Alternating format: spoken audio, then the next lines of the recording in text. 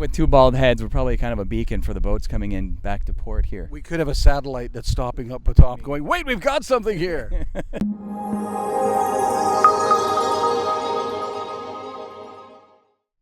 We find ourselves today, Allan Brooks with Celebrity Cruise Lines, nestled on the shores of Lake Ontario. We've just had a great lunch at the Boathouse restaurant over here at Bronte Marina, which was very good, by the way. We paid full board. There was no like, hey, you're news people, so there's a free lunch. I can assure you, was there? We tried. Yeah. Not even flashed the mic flag. Yeah. Nothing. Anyways, we're by Bronte Marina as well, right down our halfway point between where I live and where Allan lives. So it's a perfect place to meet. Continuing on our series of Babbling Brooks. So, Mr. Brooks, welcome. Thanks very much for entertaining us with these things and going over all the great topics that we're covering. How are things going? How are you doing? Great. Loving the beautiful summer we're having. A little mix of rain and sun, but the heat, this guy loves it. So, golfer, and I love being outdoors. So love this time of year. And enough rain. We did have enough rain in July. I think we had, the rainiest July in history or something like that. Unbelievable. But today is toasty. One of us is wearing jeans. It'll go unnoticed unless you can tell by the sweat on one of our faces who that is. Yes, indeed. Yeah. Planning. So, anyway, I also think with two bald heads, we're probably kind of a beacon for the boats coming in back to port here. We could have a satellite that's stopping up atop going, wait, we've got something here. Anyway, on to some celebrity business stuff that we want to talk about. We had a rate cut here. The federal bank dropped it by a quarter of a point last week, which has had a positive vibe, but not really the impact that everybody had expected to see. So, and the average family out there, things are tough. Mortgages are tough. They're not renewing the way that they had hoped. But how is that economic situation across the country impacting sales currently with you guys and forward sales? Yeah, I think it is a tough time for the average person across Canada because, as you mentioned, the mortgage rates people are coming into renewals that are going to be looking at 2 or 3 times. So obviously that's top of mind. So what that does for our business is obviously drives the client to look for the best rate, best price, best savings, best value. And for most brands, we can pivot and make it work for pretty much anyone looking to cruise. Our rates remain pretty high, driven by the U.S. demand. It's still very strong there. We're having another great year in Canada as well as Celebrity Cruises goes, and we can continue to see growth. There was a bit of a lull for a while, but it's starting to pick back up as people start to plan for next year. Yeah. Air is becoming available for Europe and so on and so forth. But I think, they're looking for the value. And when you're looking at a premium cruise line like Celebrity Cruises, you got to really time it out to what time of year you're going. Maybe you go a week before, a week after, and find a better rate. But that's kind of the trends we're seeing right now. So, it's not like they're not booking, but they're definitely taking their time to find the best value. So not a crisis at all, by no stretch of the imagination, but you can feel some kind of a hiccup or some impact, right? Yeah. I just think people are doing their homework a little bit more. There are so many options out there, different ships, different class of ship, premium products, luxury, contemporary. Yeah. So I think that's the great thing and how resilient the cruise industry is that we're able to kind of get through these hurdles. And the diversity of the products across brands, right? So that's a big thing. Now you've got these elite certificates that you're doling out there. It's almost like as airlines have started to do loyalty program status matching and so on. Car manufacturers do it as well. If you're a BMW driver and you happen to stroll into a Jag dealership, they'll spiff you $3,000 or $5,000, whatever the number is. Don't quote me on that. So, but they'll spiff you to come over to that brand. Yeah. So if you drive a BMW, then you can convert if you enter a Jag. But it's basically that, right? That's what you're trying to do is match programs or bring on new or cruisers that have never sailed with you guys to try and convert. So just talk a bit about that and how they hope that impacts sales. It's a great program and honestly underutilized program. We haven't talked enough about it. It kind of had ebb and flow, I guess, over the years of how it was used, but definitely is a huge value to our clients. So I think we can all agree, whether you're new to the business or a seasoned veteran in the cruise industry, the evolution of the consumer is always changing. You have kids, you sail with kids, you're looking for that kind of experience, and then the kids leave the nest and maybe you travel with a group or so on and so forth. So we have a program called the Elite Certificate that if you have loyalty points with a program and another brand or a resort, we will honor that loyalty program. Or a resort? Yeah. Select resorts and select other cruise lines, because sometimes, maybe you sailed on our sister brand and you want to evolve and you're sailing just the two of you, or it's two couples now as opposed to the family sailing. We'll honor that reward and make you elite status, which is kind of the mid to upper tier as far as our loyalty program goes. So it gets you a lot of perks while you're on board. What's some of the examples of the perks? Laundry, it's always a big one. Access to different categories will obviously get you different access to the spa and different experiences, onboard credit, access to lounges, priority boarding, these types of things, reservations in the theater. It's a pretty robust list, and we know that if you've experienced something else, you've been looking somewhere else because you've kind of outgrown your past vacations for whatever reason, we'll give you that for your first cruise. And if you decide you want to stay on board with us, not meaning like literally stay on the ship, but stick with Celebrity, and you deposit your next cruise within 30 days, you retain that elite status. Okay. So it's a really great program. We're starting to talk a lot more about it because people are starting to look around. So a nice little add-on for an agent to use as a selling tool to convert somebody over as a cruiser, or even from a land program, right? Yeah. I think, you talk about airline points or hotel points. We're all loyal, especially for those of us that travel for a living. You kind of pick and choose because of those points, but when you're given this option to say, I've always wanted to try, but I don't want to give up all these points and go back to the start of this program, it's a no-brainer. Yeah, I agree. Cruise groups are a huge chunk of your business, and just talk to us about how 2025 is looking in terms of group travel. Yeah, I think the Canadian market specifically versus U.S., which we're always compared to, groups are paramount. It's one of the biggest part of our business, if more than half of our business goes through groups. So one thing I will say, and I hear when I'm on the road visiting accounts at all levels, and you meet different agents and consumers that know about groups. Consumers hear about it too because they sail and they talk in the hot tub and so on.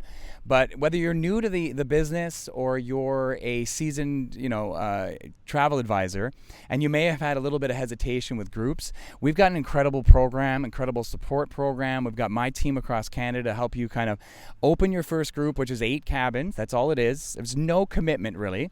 You can put deposits down, and then you have a certain amount of period of time to sell the group. So, which is an undertaking that people can get their heads around, I'm sure, quick enough. But also, I was unaware that large consortiums or chains or host agency networks, they may have group space blocked off. And we were talking about this earlier. There's some agents that don't even know that group space exists, and the price differentiation between booking that cabin on their own versus booking into the group that's booked is huge. So just talk to us about that. Maybe remind agents that to ask for that and take a look for that. It was just yesterday as we were talking about it. I was with one of my managers, and we were presenting to a group of, again, a good mix of experience. And there was like, oh, groups are complicated and I can't do it. And I got a bug on my leg. It's just a bite. He's just been stung by a bee and he's carrying on. That's the kind of guy he is. Anyways, and we put up on the screen, we pulled up the consortia's headquarter groups, they're called, and we pulled up the price differential from the prevailing rate, which is today's rate, versus what the rate is in their groups, which they took out, a year and a half, 2 years ago, and it's staggering, the price. How much? Thousands of dollars, I mean, it depends on the sailing and the ship and the category of cabin, but yeah, it's thousands of dollars in some cases. So, that's how much in that example? No, honestly, how much was it? I mean, there was one for $11,000. The difference. I mean, and I think that the average what we were looking at was somewhere between $3,000 to $5,000, somewhere in there. So when you're thinking about this market right now, to my earlier point, you're going, well, how do I get something out there that's going to attract the consumer when everyone's kind of like, oh, I don't want to pull the trigger because of this and that, and the price is too high. And if they see that price differential of and they can go online and see what's advertised as opposed to what they have and what comes with it. So the agent can take that price point, market it as an individual cabin, sell it as an individual cabin. Yeah. The consumer would never know that they're part of the group. Right. and they're going to look like a hero because it could be $3,000 or $4,000 less than face value. Exactly. Is that what you're saying? And then there's value add on top of that. A lot of the consortia will add onboard credit or different kind of perks that included, shore excursions, casino credits, so on and so forth. So that's where going back to learning about groups, that is the fastest way to grow your business. Whether you're, your own business and you're running yourself and you're branded and you're doing great and you want to sort of grow exponentially, this is the way to do it.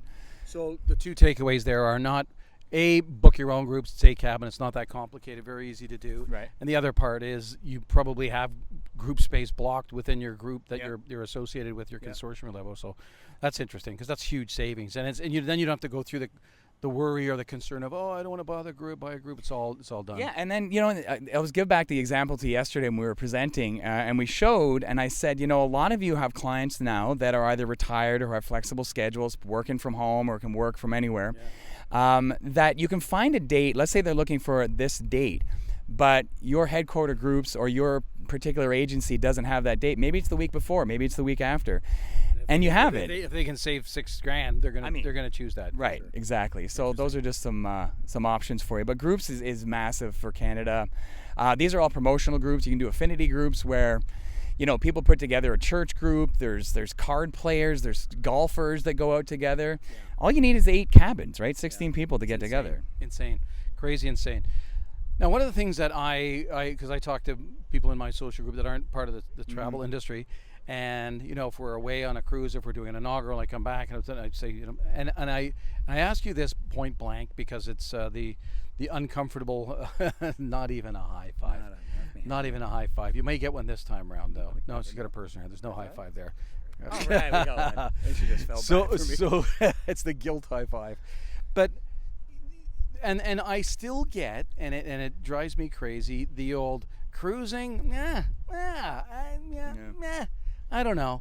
I don't get it. Like I don't, the whole petri dish thing and thousands of people and I kind of shake my head at their naivete because I don't know if they've explored it enough, they haven't been educated enough or what. But like, how do you deal with that, you personally? Because obviously, in your role, and you have friends that are not in the cruise business, not in the travel business, and I'm sure they've said to you, I don't get it, right? Mm-hmm. Yeah. But this new, the varying degrees of ships and size and the quality of food and the public space that are available, particularly in your Ed series and the other cruise lines that have got that same sort of class of ship, that's like the tipping point where people just don't get it. They just don't understand. Yeah. So how do you deal with that? How do you convert, and how would you recommend?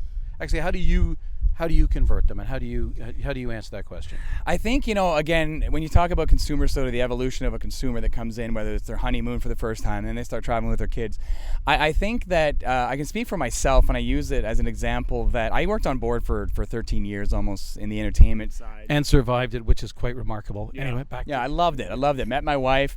We now have 3 kids. So when I'm planning vacations now, you're online, you Google it, you find different ones. I've reached out to different partners of ours to try and find something, outside of cruise, because I want to see what, others are doing and just check out experiences other than cruise. And I keep coming back to cruise for the reasons that it's simple to book.